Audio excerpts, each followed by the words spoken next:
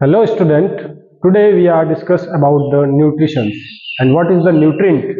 First off we goes for their definitions. What is the nutrient?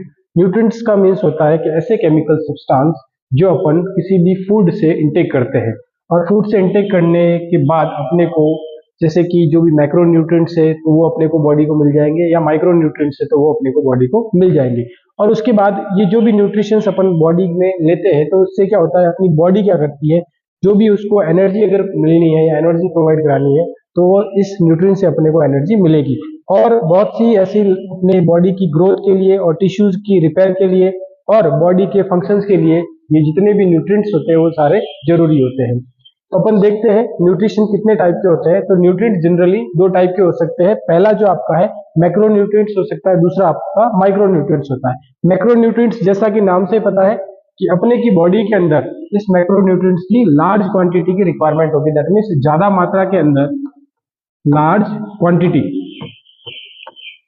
Quantity में अपनी body को जो required होते हैं उसको अपन बोलते हैं मैक्रो न्यूट्रिएंट्स।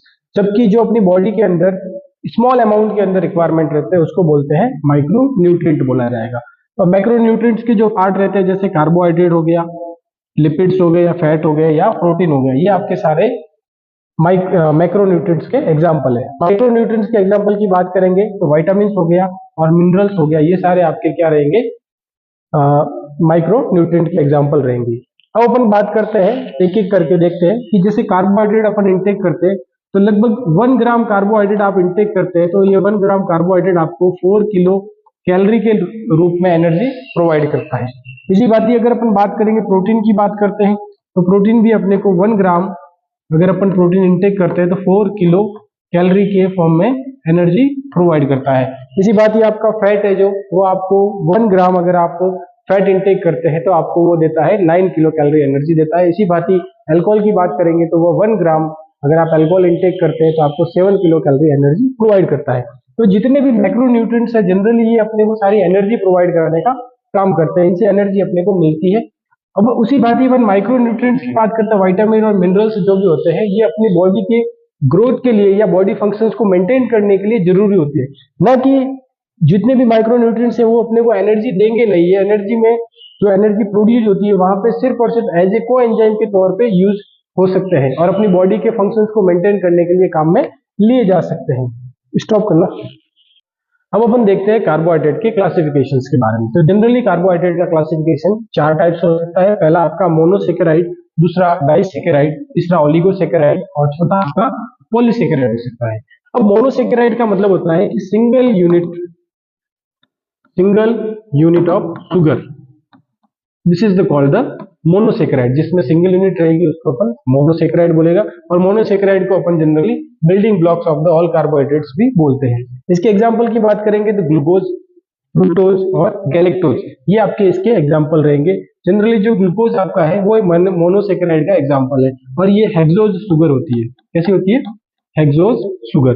फ्रुक्टोज की बात करेंगे और गैलेक्टोज की बात करेंगे, ये सारे एग्जांपल आपके किसके रहेंगे? जनरली मोनोसेकेराइड करेंगे। इसी बात ही अगर अपन बात करते हैं डाइसेकेराइड की बात करें तो डाइसेकेराइड जनरली जो होता है वो आपके 2 यूनिट जो होती है मोनोसेकेराइड की, है ना, डाई का मतलब हो गया 2, तो 2 यूनिट मोनोसेकेराइड की आपस में अगर जुड़ी हुई है या 2 यूनिट्स है तो उसको अपन क्या बोलेंगे? डाइसेकेराइड बोले जाएंगे। उसमें एग्जाम्पल आपका सुक्रोज हो गया, लैक्टोज हो गया और माल्टोज हो गया। जनरली जो लैक्टोज है उसको अपन जनरली मिल्क शुगर के नाम से जान सकते हैं, दूसरा नाम है इसका लैक्टोज का मिल्क शुगर। इसी तरीके से अपन बात करते हैं ओलिगोसेकेराइड की बात करते हैं।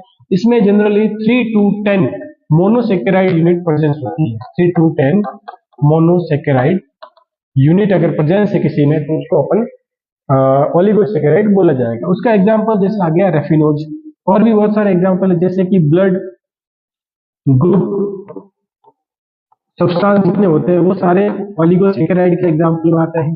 इसी बात ही अगर अपन बात करें ब्लड ग्रुप सब्सटेंस हो गया और रेफिनोज हो गया तो ये सारे आपके ओलिगोसेकेराइड के एग्जांपल है।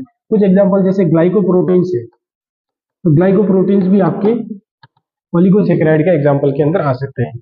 तो इंपॉर्टेंट थिंग है ओलिगोसेकेराइड जनरली जो होते हैं 3 to 10 मोनोसेकेराइड यूनिट्स जो होती है वो मिलके जो क्या बनाते हैं आपका ओलिगोसेकेराइड बनाते हैं। इसी तरीके से अगर अपन बात करें पॉलीसेकेराइड की बात करते हैं। पॉलीसेकेराइड का मतलब होता है more than 10 more than 10 monosaccharide unit, more than 10 monosaccharide unit अगर किसी के अंदर है तो उसको अपन बोलेंगे पॉलीसेकेराइड बोला जाएगा। पॉलीसेकेराइड जनरली दो टाइप से डिवाइड होता है, एक होता है होमो पॉलीसेकेराइड, दूसरा होता है हेटेरो पॉलीसेकेराइड।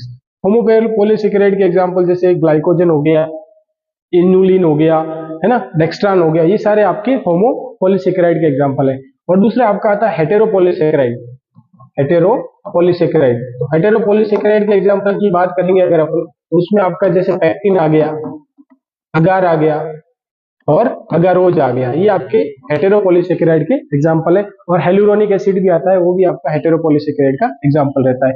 जैसे इसमें ग्लाइकोजन जो होता है वो आपका क्या है, ऐसा फॉर्म है जिसमें आपका ग्लूकोज जो होता है वो ग्लूकोज किस फॉर्म में स्टोर होता है अपनी बॉडी के अंदर। अगर एक्स्ट्रा ग्लूकोज बन रहा है, एक्स्ट्रा ग्लूकोज लिवर के अंदर जाके ग्लाइकोजन के फॉर्म के अंदर स्टोर रहता है।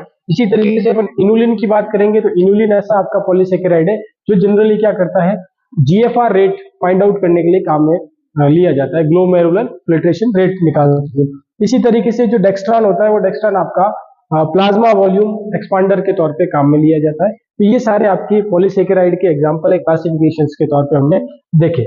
अब अपन देखते हैं कि जो भी आपका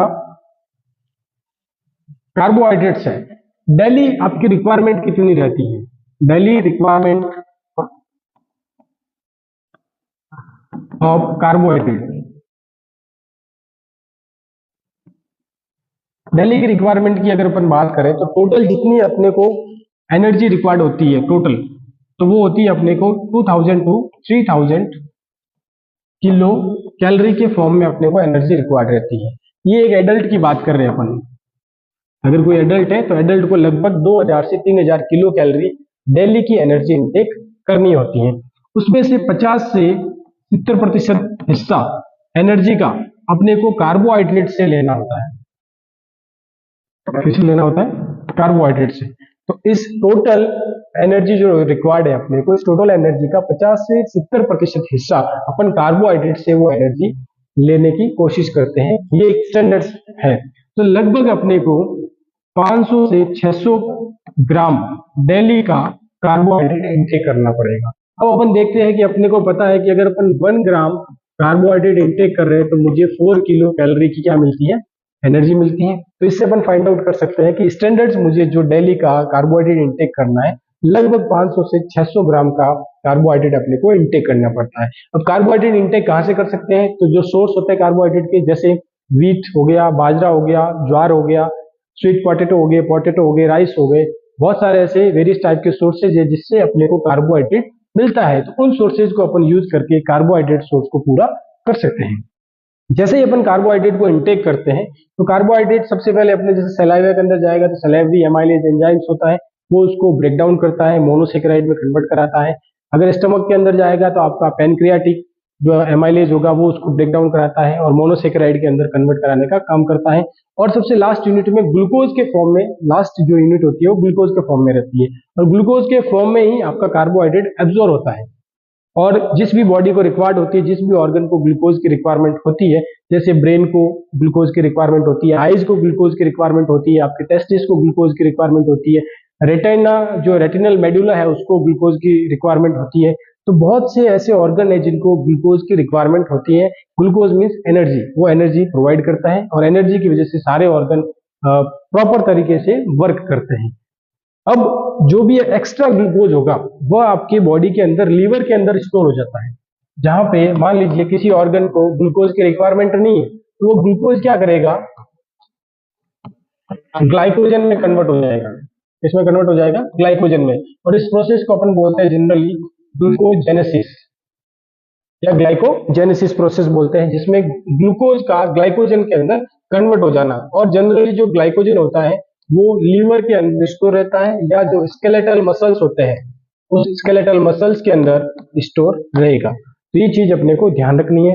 ग्लूकोज और कार्बोहाइड्रेट जो होते हैं आपके आरएनए या डीएनए जो बनता है, आरएनए डीएनए बनाने के अंदर भी हेल्पफुल रहता है। तो ये बेसिक जानकारी आपकी कार्बोहाइड्रेट की थी। धन्यवाद।